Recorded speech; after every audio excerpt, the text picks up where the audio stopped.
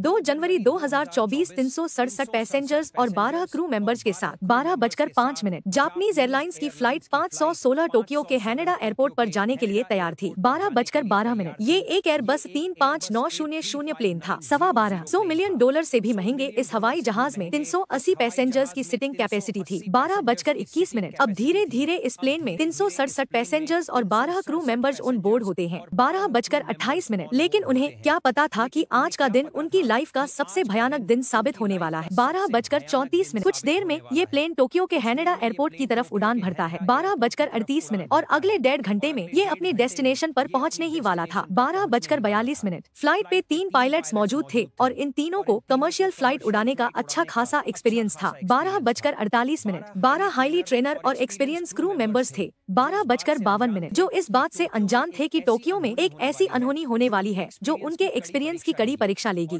12:58 और अगर ये फेल हो गए तो 367 पैसेंजर्स जलकर राख हो जाएंगे। 1:04 दूसरी तरफ जापान के ही नोटो पेनासुला शहर में 7.6 मैग्नीट्यूड का भूकंप आया था जिससे अनेक लोगों की जान चली गई थी। 1:12 जबकि 250 लोग अभी धराशायी हुई बिल्डिंग्स के मलबे के नीचे दबे हुए थे। 1:17 इसलिए टोक्यो के हैनेडा एयरपोर्ट से उनके लिए मदद भेजी जा रही थी। 1:21 जिसके लिए कोस्ट गार्ड की जेट एयरलाइन प्लेन के डे शीट में पायलट के साथ 5 क्रू मेंबर सवार हो चुके थे। 1:29 पायलट ने इंजन ऑन किया और यह coast guard plane runway 34 right की ओर निकल पड़ा जहां से इन्हें टेक ऑफ करना था। 1:36 अब इन्हें एयर ट्रैफिक कंट्रोल की तरफ से कंफर्मेशन भी मिल गई थी। 1:40 मगर यहाँ एक बड़ी गड़बड़ी थी। 1:42 दरअसल दूसरी तरफ 1.5 घंटे का सफर पूरा करके 1:46 516 भी हैनेडा एयरपोर्ट के रनवे नंबर 34 राइट से अलाइन होने वाली थी। 1:50 क्रू मेंबर्स ने सभी पैसेंजर्स को सीट बेल्ट पहनने को कहा। 1:54 और अब यह फ्लाइट सिर्फ कुछ ही मिनटों में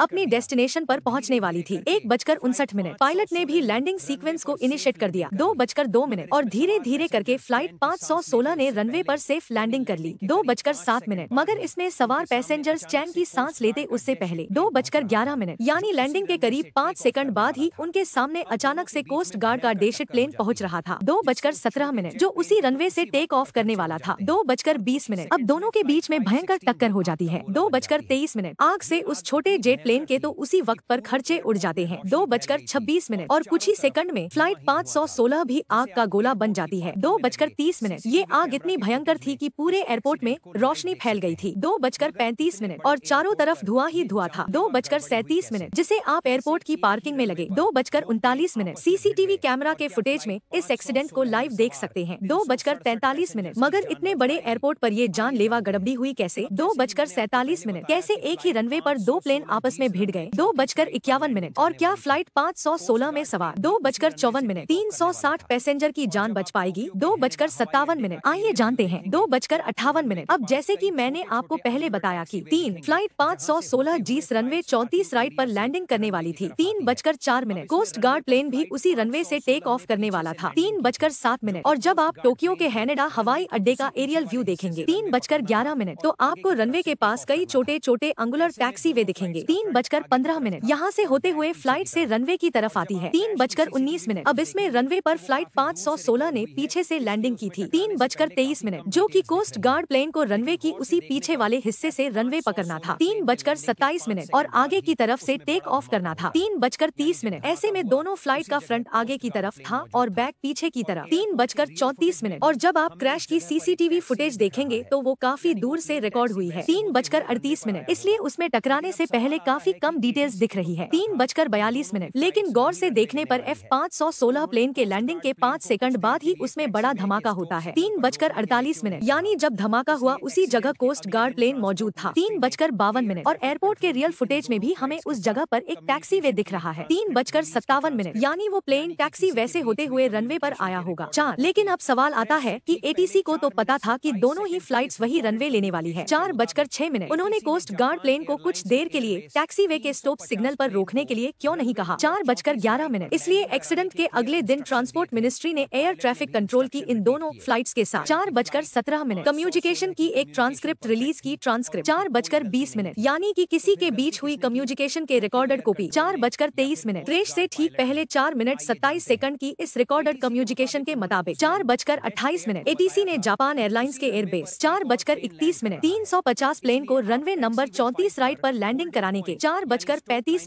क्लियर इंस्ट्रक्शन दिए थे और पायलट ने भी इंस्ट्रक्शन रिपीट किए। 4:39 यानी कि फ्लाइट 516 की कम्युनिकेशन परफेक्ट थी और उनकी कोई गलती नहीं थी। 4:45 तो फिर गलती किसने की? टोक्यो एयर कंट्रोल ने या फिर कोस्ट गार्ड पायलट ने? 4:50 आइए जानते हैं। 4:51 एटीसी के मुताबिक उन्होंने उस दिन -8 को बताया था 4:55 कि उसी रनवे पर एक और प्लेन लैंड कर रहा है। 4:58 इसलिए आप टैक्सीवे 5 पर होल्डिंग पॉइंट यानी स्टॉप लाइन पर रोक कर वेट कीजिए। 5:04 और इस तरह टैक्सीवे पर वेट करना एक बिजी एयरपोर्ट पर चल रही फ्लाइट के लिए आम बात है। 5:10 लेकिन इन्वेस्टिगेशन रिपोर्ट्स की माने तो 5:12 coast guard plane holding point पर रुका ही नहीं था। 5:15 बल्कि वह मेन रनवे की तरफ बढ़ता जा रहा था। 5:18 इधर फ्लाइट 516 के पायलट को पता ही नहीं था 5:21 कि रनवे पर चल क्या रहा है। 5:23 और उन्होंने अपनी फ्लाइट को लैंड करवा दिया। 5:26 अब दोनों ही फ्लाइट रनवे की तरफ बढ़ने लगी। 5:42 इतना भी आसान नहीं है। 5:44 क्योंकि एयर ट्रैफिक कंट्रोल के पास 5:46 रनवे के पल के मूवमेंट ट्रैक करने के रडार होते हैं। 5:49 और इन्वेस्टिगेशन के दौरान 5:51 एटीसी ऑपरेटर से बताया कि उन्होंने 5:53 कोस्ट गार्ड प्लेन को रनवे की तरह बढ़ते हुए नहीं देखा था। 5:57 क्योंकि वो दूसरे एयरक्राफ्ट के हेल्प करने में बिजी थे।